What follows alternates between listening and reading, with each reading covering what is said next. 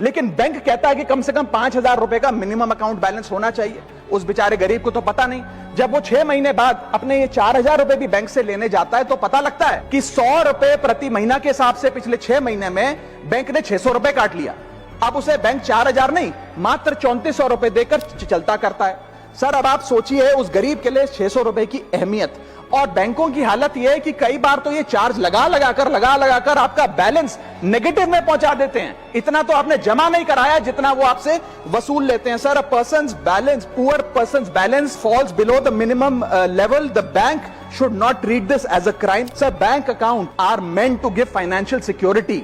ये हमें financial security की जगह आज फाइनेंशियल स्ट्रेस देते जा रहे हैं और एक बैंकिंग सिस्टम को हमने ऐसी व्यवस्था में तब्दील कर दिया है जिसमें पॉवर्टी को पनिश किया जाता है। देश में अर्बन ब्रांचेस में 5 से 10,000 रुपए मिनिमम अकाउंट बैलेंस रखना पड़ता है, सेमी अर्बन में 3 से 4,000 रुपए और रूरल ब्रांचेस में 1 से 3,000 रुपए रखना पड़ता है, जिसके चलते बैंक 50 से 600 रुपए के बीच में पर मंथ चार्ज लगाते हैं। उस चार्ज पर भी 18% जीएसटी वसूलते हैं। अंत में मैं बस इतना ही कहना चाहूंगा सर कि आज बैंक गरीब आदमी को पीनलाइज कर ज्यादा मुनाफा और रेवेन्यू कमा रहे हैं, ना कि और किसी सर्विस से, जिसके चलते आज गरीब आदमी और गरीब हो रहा है। मैं अंत में बस सरकार को कहूंगा कि ये मिनिमम अकाउंट बैलेंस की पेनल्टी को वेव ऑफ करिए। हम किसानों के लोन जैसे माफ करते हैं वैसे बैंक चार्जेस एमएबी के समाप्त किए जाएं इस देश में और गरीब को फाइनेंशियली इंक्लूड किया जाए।